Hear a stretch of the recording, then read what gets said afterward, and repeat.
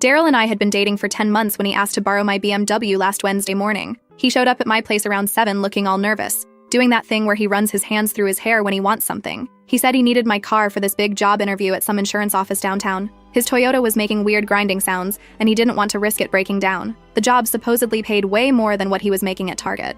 I just handed him the keys without thinking about it because I was happy he was finally trying to get a better job. Thursday morning he texted saying the interview went really well. They wanted him back for another round and could he keep my car one more day. His Toyota was still messed up and the repair place couldn't see it until Friday. I said sure and took the bus to work instead. By Thursday night he was texting me all excited saying they offered him the job but he had one more meeting to do. Friday he asked to keep my car through the weekend.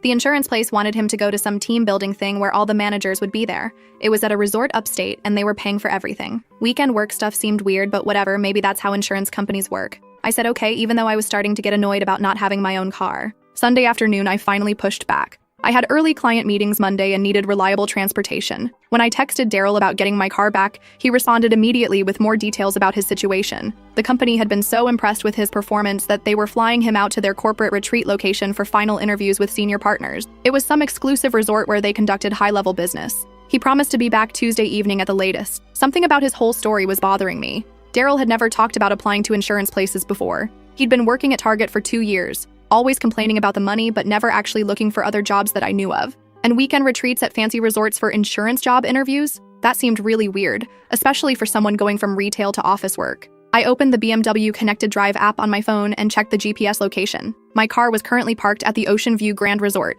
about 3 hours north of the city. The location matched what Daryl had described, which should have been reassuring. Instead, something nagged at me about the name. I'd heard of that resort recently but couldn't place where. Then I remembered. Scarlett Morrison, a girl from Daryl's college that I'd seen him exchange Instagram likes with occasionally, had been posting stories from somewhere scenic all weekend. I opened Instagram and scrolled back through her recent posts. Saturday morning showed her at a pool overlooking the ocean. Saturday afternoon featured expensive cocktails against a sunset backdrop. Saturday night was dinner at what looked like an upscale restaurant. Sunday morning she'd posted a story that made me sick. It showed a set of BMW keys sitting on a marble countertop, photographed from above with perfect lighting. The caption read, "Best boyfriend ever surprised me with this getaway." The key fob in the image was unmistakably mine. I'd scratched my initials into the black leather with a penknife years ago when I first got the car, and the small scar was clearly visible in her photo. I called in sick Monday morning and drove my dad's pickup truck north toward the resort. The 3-hour drive gave me time to process what I discovered. Daryl wasn't at any job interview. He was on a romantic weekend getaway with Scarlett, using my car and apparently my money to finance it. The elaborate story about insurance offices and corporate retreats had been pure fiction designed to keep me from asking questions. The resort looked exactly like it did in Scarlett's Instagram posts. Fancy as hell with valet parking and marble everywhere. I found my BMW in the parking lot. Seeing it there being used for someone else's romantic trip made everything feel real in a way the Instagram photos hadn't. I walked into the lobby and spotted them right away through the big windows looking out at the pool. Daryl had his arm around Scarlett and she was taking selfies with the ocean behind them. They were laughing and looked super comfortable together. This definitely wasn't their first time hanging out like this. There was a bar that looked out at the pool area with just glass walls between. I ordered a drink and sat where I could see their table perfectly. The bartender mentioned that Monday afternoons were always dead since most weekend people had already left. Only a few people were still around, which meant I could hear everything they were saying. Scarlett was scrolling through her phone, showing Daryl something that made him grin. Then he pulled out his own phone and started showing her what appeared to be text messages. Their voices carried clearly through the quiet space. "My ex is so pathetic and desperate, she'd give me her organs if I asked," Daryl said, holding up his phone so Scarlett could read the screen. "Some people are just born to be used. Watch. I'll text her right now asking for more money and she'll send it without question." Scarlett leaned closer to read whatever he was showing her, then threw her head back laughing. "You're so bad. Does she really think you love her after all this time?" Daryl shrugged and began typing something on his phone. "She's too stupid to realize I've been using her credit cards to pay for our dates. Hell, I even used her airline miles to book this entire trip. The girl pays for everything and thinks it means we're building a future together." I started recording on my phone the second Daryl mentioned using me. I kept my hand steady and held it under the bar. Everything was coming through crystal clear because it was so quiet and they were sitting pretty close to the glass. Scarlett was loving every detail and kept asking more questions about how long he'd been scamming me and what else he'd gotten away with. Daryl was bragging about expensive dinners where I'd paid, weekend trips where he'd forgotten his wallet, even clothes he'd bought with my credit cards. It was all just a game to him, seeing how much he could get from someone who actually trusted him. My phone buzzed with an incoming text. I glanced down to see a message from Daryl asking for $500 for some emergency expense at the retreat. Something about unexpected fees and his card being declined. He needed the money transferred right away or there would be problems with the company. He was literally texting me for money while sitting 20 feet away, calling me pathetic to another woman. I watched him show Scarlett the message before hitting send, both of them dissolving into laughter at my expense. She made some comment about my gullibility, while he predicted exactly how quickly I'd respond with the requested funds. See? Like clockwork, he told her. She'll have it transferred to my account within the hour. Never asks questions, never suspects anything. I finished my drink, left money on the bar, and walked out. My dad's truck started up fine, and I drove home without saying a word the whole way. 3 hours gave me a lot of time to think about what I'd just heard. Daryl had no clue I'd been there, or that I knew the truth about his fake job interview. He thought he was so smart and that I'd never figure it out. Tuesday morning, Daryl texted saying he was coming home. He'd gotten the job and wanted to celebrate with me that night. I texted back all excited telling him how proud I was and how much I missed him during his business trip. That night, I pulled out 10 months of receipts and bank statements and spread them all over my dining room table. Once I knew what to look for, the pattern was super obvious. Restaurant bills where I'd paid even though he said he'd get it. Shopping trips where my card got used for men's clothes. Concert tickets bought on my account for shows I never went to. Gas charges when I was out of town. Movie tickets for 2 when I'd been working late. My credit card statements made it even clearer. Purchases at stores I'd never been to, charges at restaurants when I could prove I was somewhere else, stuff bought that never showed up at my place. He'd been using my accounts for months, paying for not just our dates but apparently his whole social life. I'd already decided exactly what I was going to do to make him regret every single word he'd said about me at that resort. First update. Guys, I cannot believe what happened when I confronted this lying man. First off, thank you to everyone who commented on my last post telling me to record everything. That advice literally saved my ass, and you'll see why in a minute. So when Daryl came over all excited about his fake job, I had everything ready. All those receipts spread across my dining room table, my phone with a recording queued up, and honestly, I was vibrating with rage but trying to play it cool. He walks in with this massive grin talking about how we should go celebrate at that expensive steakhouse downtown and how this new job was going to change everything for us. I told him to sit down because we needed to talk. The second his eyes hit those credit card statements, his whole face changed, like watching someone realize they just stepped in quicksand. But instead of coming clean, this absolute moron tried to double down on his great story. He starts going off about how those charges were all legitimate, how he'd been planning to pay me back once his first paycheck came in, how his new job had these weird expense policies that required employees to front their own money. I'm sitting there listening to him pile lie on top of lie, and I'm like, does he actually think I'm this stupid? So I played the recording, the entire thing. All 15 minutes of him and Scarlett laughing about how pathetic and desperate I am, how I'd give him my organs if he asked, how he's been using my credit cards for months. The part about using my airline miles for their romantic getaway, everything. You should have seen his face when he heard his own voice calling me too stupid to realize what he was doing. It was like watching someone's soul leave their body in real time. But instead of apologizing or showing any remorse, know what this psychopath did? He got angry. At me. For recording him. He starts screaming about how I violated his privacy, how I had no right to spy on him, how recording someone without consent is illegal. I'm like, are you kidding me right now? You steal my money and my car for a secret weekend with another woman and you're the victim here? But it gets so much worse. He tried to convince me that everything I heard was taken out of context, that he and Scarlett were just joking around, the guys sometimes say stupid shit to impress girls, that he never actually meant any of it. The gaslighting was insane. He kept saying I was being paranoid and dramatic, that I was twisting his words to fit some crazy narrative I'd made up in my head. When I brought up Scarlett's Instagram story with my car keys, he claimed she must have grabbed them as a joke for the photo. When I asked about all the charges on my credit cards for places I'd never been, he said those were work expenses he'd forgotten to mention. For every single piece of evidence I had, he had some stupid explanation ready. The conversation went on for almost 3 hours. 3 hours of him trying to convince me that black was white and up was down. He kept switching between being defensive and trying to be sweet, telling me how much he loved me and how hurt he was that I didn't trust him. At one point, he actually started crying, saying I was destroying the best relationship he'd ever had over a misunderstanding. But here's where it gets really twisted. Around midnight, he finally admits that maybe he said some things he shouldn't have, but only because Scarlett had been pressuring him to badmouth me. Apparently, she's been jealous of our relationship and kept trying to get him to admit I was controlling and clingy.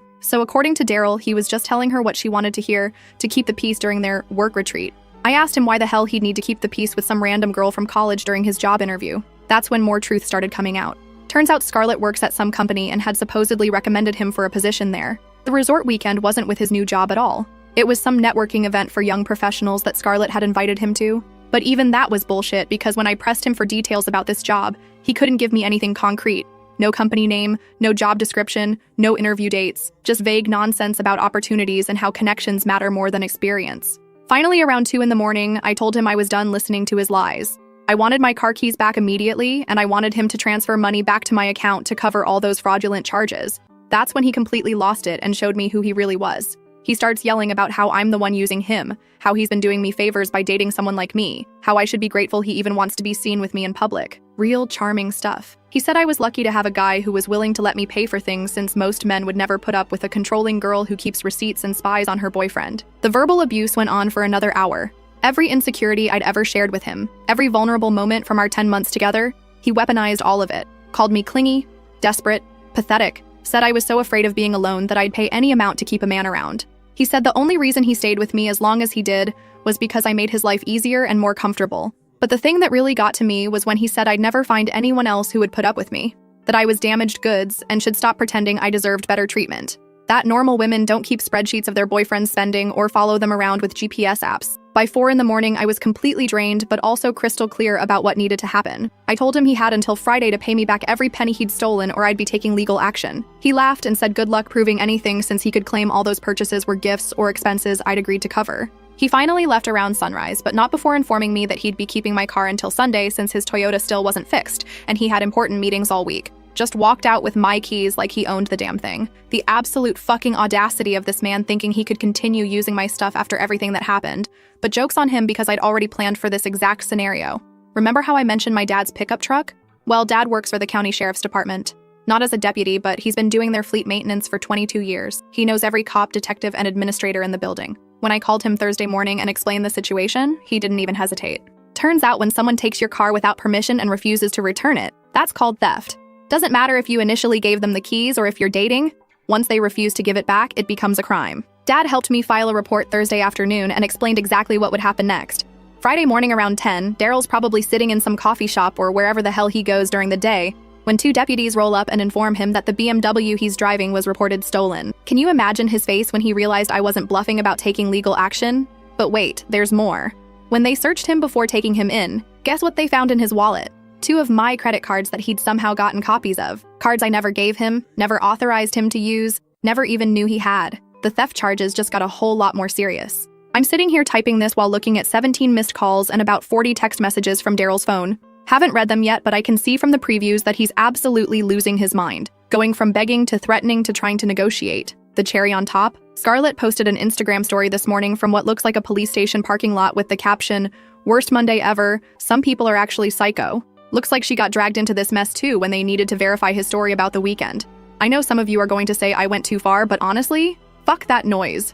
This man stole from me for months, lied to my face repeatedly, used my car for a romantic getaway with another woman, called me pathetic and desperate behind my back, and then had the nerve to verbally abuse me when confronted with evidence of his crimes. Actions have consequences, and maybe next time he'll think twice before targeting someone he assumes is too weak or stupid to fight back. But this saga isn't over yet, because now I have to deal with his family blowing up my phone asking me to drop the charges. Second update. Oh my god, you guys. The drama that has unfolded since my last post is absolutely cinema. I thought having Daryl arrested was going to be the end of it, but apparently that was just the beginning of this nightmare. His entire family has declared war on me, and the level of manipulation and guilt-tripping is honestly impressive in the worst possible way. So first, let me tell you about those 17 missed calls I mentioned. I finally listened to them, and this man went through every stage of grief in the span of 6 hours. Started with confusion and hurt, moved to anger and threats, then bargaining and promises, and finally just straight up sobbing and begging. The progression was actually kind of fascinating to watch if it wasn't so pathetic. The first few messages were him trying to convince me this was all a huge misunderstanding, that he was just borrowing my car and had every intention of returning it, that the credit cards thing was complicated, but he could explain everything if I just bailed him out. Classic Daryl thinking he could talk his way out of anything with enough bullshit and charm. By message number 8, he was getting nasty, telling me I was being vindictive and cruel, that I was destroying his life over petty relationship drama, that I was too immature to handle adult problems and was running to daddy to solve my problems for me. Real rich coming from someone who literally stole my money to impress another woman, but okay, Daryl. The last few messages were just pure desperation, crying, saying he loved me more than anything, that Scarlett meant nothing to him and he was just trying to network for his career, that he'd never forgive himself if I didn't give him another chance. The manipulation was so obvious, but part of me felt bad listening to someone I'd cared about completely fall apart. But then his mother called me, Connie. I'd met her maybe 3 times in 10 months and she'd always been polite but distant. Now suddenly she's calling me at 7 a.m. sobbing about how I'm ruining her baby boy's life over nothing. The conversation lasted almost 2 hours because Connie is one of those people who won't let you get a word in, but also expects you to respond to everything she says. She kept going on about how Daryl made a mistake, but doesn't deserve to have his whole future destroyed. How he's been struggling since his dad died 5 years ago and sometimes makes poor decisions when he's stressed or confused. I tried explaining that this wasn't just a mistake, that he'd been stealing from me for months while lying to my face and humiliating me behind my back. But Connie kept interrupting with more excuses. He's young and stupid. Boys mature slower than girls. He comes from a broken home. He's never been good with money. The job market is hard, and he was just trying to impress the wrong people. Every single thing I brought up she had some justification for. The credit card charges? He probably thought I wouldn't mind since we were in a serious relationship. The lies about the job interview? He was embarrassed about his real situation and didn't want to disappoint me. The recording of him calling me pathetic? He was just venting to a friend and didn't mean any of it.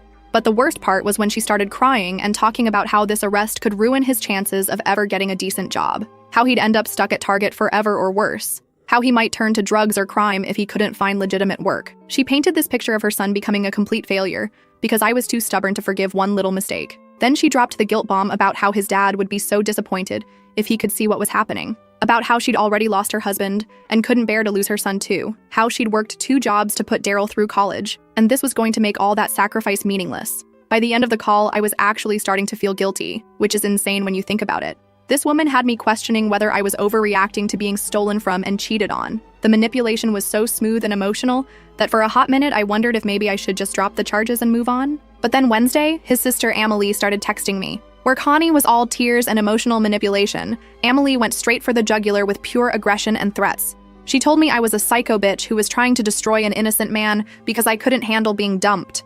That everyone in their family knew I was crazy and controlling and they'd been waiting for Daryl to wise up and leave me. The texts just kept coming all day. Amelie telling me that Daryl had confided in her about how suffocating our relationship was, how I monitored his spending and tracked his location like some kind of stalker, how he'd been planning to break up with me for weeks, but was afraid of how I'd react. According to her, the weekend with Scarlett was his way of finally building up the courage to end things with me. She said I was exactly the type of vengeful ex who ruins men's lives when they try to leave, and that she'd make sure everyone in town knew what kind of person I really was. That she'd blast my business on social media and tell everyone I was a lying, manipulative girl who couldn't handle rejection. The threats escalated throughout the day. She was going to call my work and tell them I was unstable. She was going to post my personal information online. She was going to show up at my apartment and confront me face to face. Real mature stuff from a 26-year-old woman defending her criminal brother. Thursday morning, I got a call from their uncle Donald, who apparently is some kind of family mediator, because he called himself trying to negotiate a peaceful resolution. This man spent 45 minutes trying to convince me that everyone makes mistakes and the important thing was finding a way forward that didn't destroy Daryl's future. Donald kept emphasizing how young people today don't understand the seriousness of their actions, how social media and dating apps have made relationships more casual and confusing. He suggested that maybe what happened was just a miscommunication about boundaries and expectations rather than deliberate theft and betrayal. He offered to have Daryl pay me back in installments and do some kind of community service instead of facing criminal charges. Kept talking about restorative justice and how punishment should be about making things right rather than revenge. The whole conversation felt like he was trying to negotiate a business deal rather than addressing the fact that his nephew is a lying thief. But here's where things got really twisted. During our conversation, Donald let slip that this isn't the first time they've had to clean up Daryl's messes. Apparently, when he was in college, he got caught using his roommate's credit card for pizza and video games, but the family convinced the guy not to press charges. And 2 years ago, he borrowed money from his grandmother for rent and never paid it back. But she wrote it off because family is family. So this pattern of taking advantage of people who trust him isn't new. His family has been enabling this behavior for years by making excuses and cleaning up his messes, instead of letting him face consequences. And now they're trying to do the same thing with me. The most infuriating part is how they keep framing this as me being the unreasonable one. Like I'm some heartless girl who's destroying a good man over a simple misunderstanding. They've completely flipped the script to make Daryl the victim and me the villain in this story. Friday afternoon, Connie called me again, this time with a different approach. She wanted to know if there was anything she could do to make this right, any way to compensate me for the money without involving the police. She offered to pay me back herself if I would just drop the charges against her son. We talked for over an hour about what that would look like. She wanted to set up a payment plan where she'd give me $500 a month until everything was covered. She also offered to make Daryl write me a formal apology and promise never to contact me again. She thought she was being generous and reasonable, but when I told her the total amount he'd stolen was over $4,000, her tune changed completely. Suddenly, she was asking for receipts and proof, questioning whether all those charges were really unauthorized. She wanted to know if maybe some of that money was spent on things for both of us, or if I was inflating the numbers to make Daryl look worse. The conversation turned nasty when I refused to negotiate. She started accusing me of being motivated by spite rather than justice. of wanting to see her son suffer just because he hurt my feeling. She said I was being selfish by not considering how this would affect their whole family, not just Daryl. By the end, she was yelling about how I obviously never cared about Daryl at all if I was willing to destroy his life like this. That a woman who truly loved someone would find a way to work things out instead of running to the police the first time there was trouble in paradise. The manipulation and gaslighting from his entire family has been relentless. They're tag-teaming me with phone calls, texts, and social media messages, all designed to make me feel guilty for holding their precious baby boy accountable for his actions. It's like they all got together and decided the best strategy was to overwhelm me until I caved. But you know what?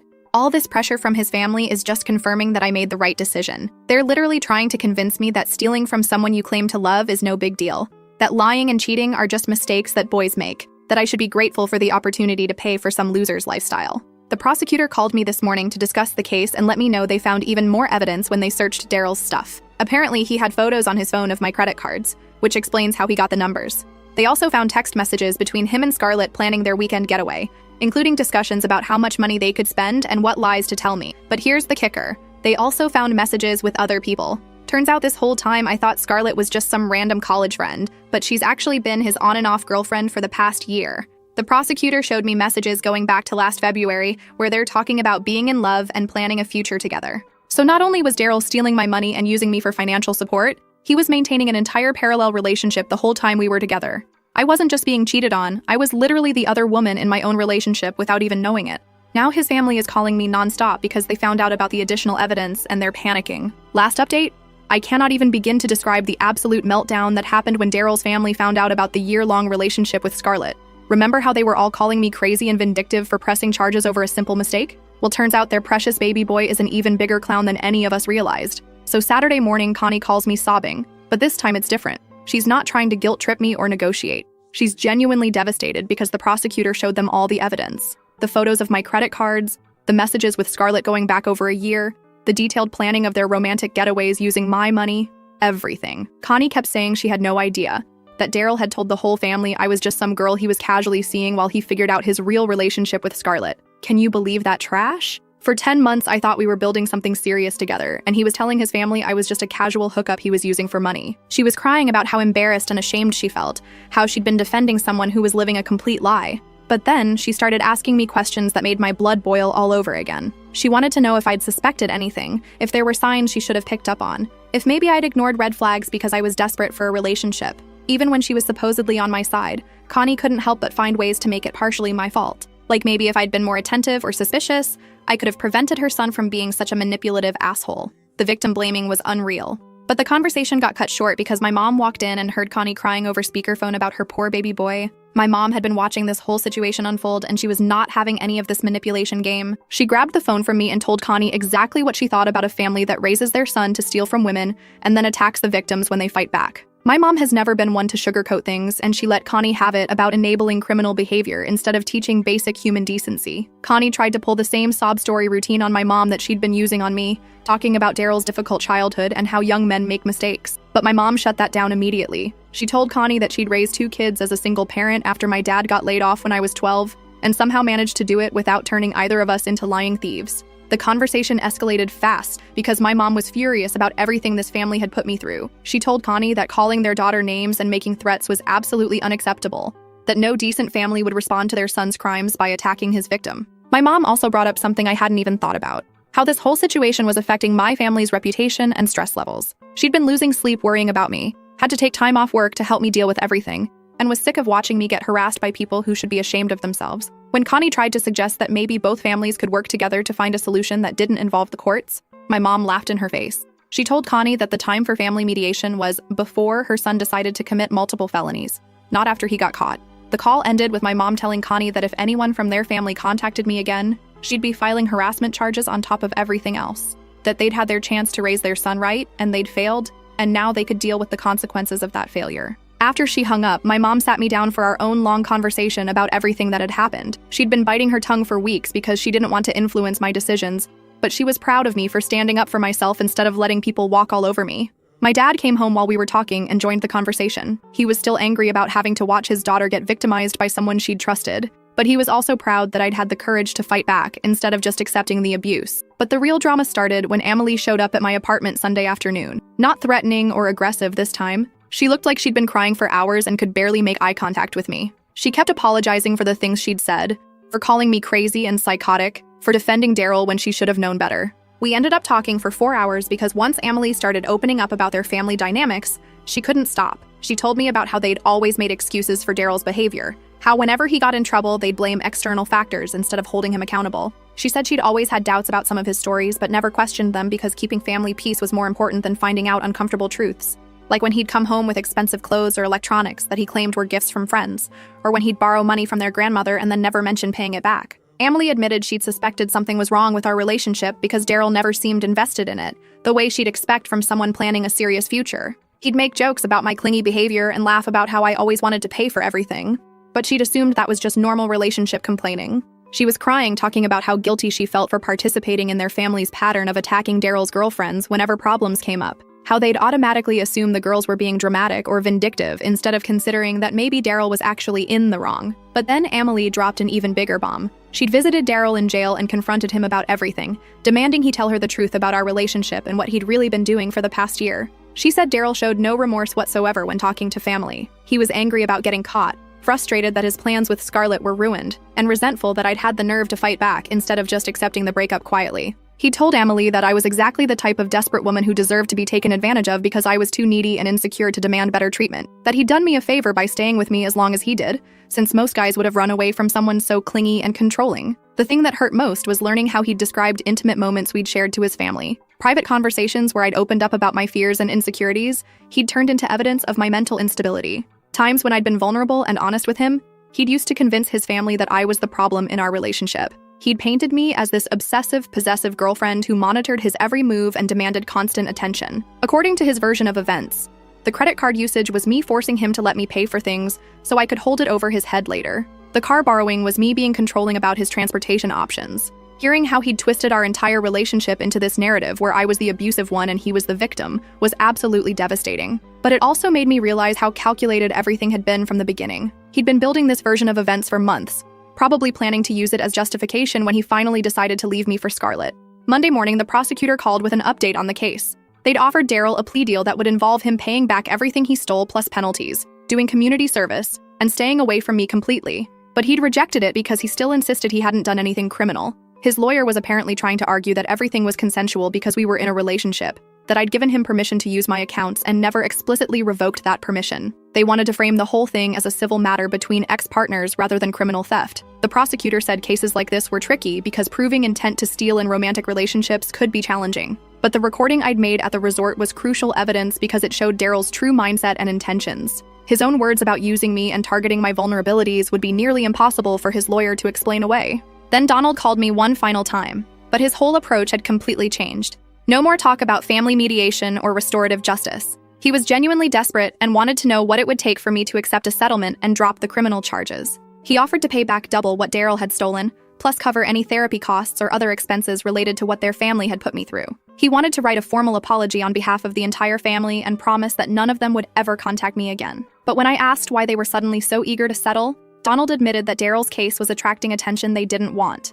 Apparently, some of the details had gotten out, and people in their social circle were starting to ask uncomfortable questions about their family. The conversation got heated when I refused to consider any deal that involved dropping the charges.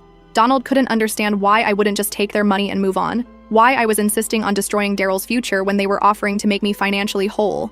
I told him that money was never the point. The point was ensuring that someone who'd spent months manipulating and stealing from me faced real consequences for those actions. That their family's first instinct being to cover everything up and protect their reputation was exactly the problem. Donald got angry and accused me of being vindictive and unforgiving, saying I was letting my hurt feelings cloud my judgment about what was best for everyone involved. He suggested that maybe I should think about what kind of person I wanted to be, someone who showed mercy and understanding, or someone who destroyed lives out of spite. I told him I'd already shown what kind of person I was, someone who refused to be victimized and manipulated by people who thought they could get away with it. That if Daryl's life was destroyed, it was because of choices he made, not because of my reaction to those choices. The call ended with Donald making one last desperate attempt to change my mind. He said he'd heard I was a good person from Daryl's stories about our relationship, that I had a kind heart, and wouldn't want to see someone's family suffer because of their loved one's mistakes.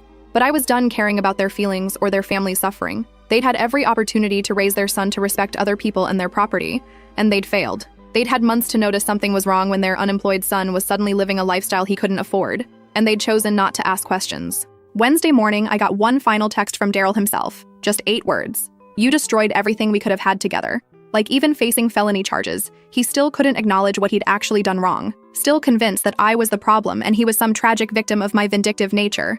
I blocked his number without responding because honestly, what was there left to say? This man had shown me exactly who he was through his actions, his lies, and his complete inability to take responsibility for the pain he'd caused. The case is moving forward without any deals or settlements. Daryl will face trial for theft, fraud, and whatever other charges the prosecutor decides to file. His family can deal with the embarrassment and social consequences of having raised someone who preys on women who trust him. So that's it, Reddit. Watching him realize that I wasn't the desperate pushover he thought I was, that I had enough self-respect to hold him accountable for his actions regardless of how much it hurt, that was the moment his fantasy world completely collapsed. And honestly, it felt amazing.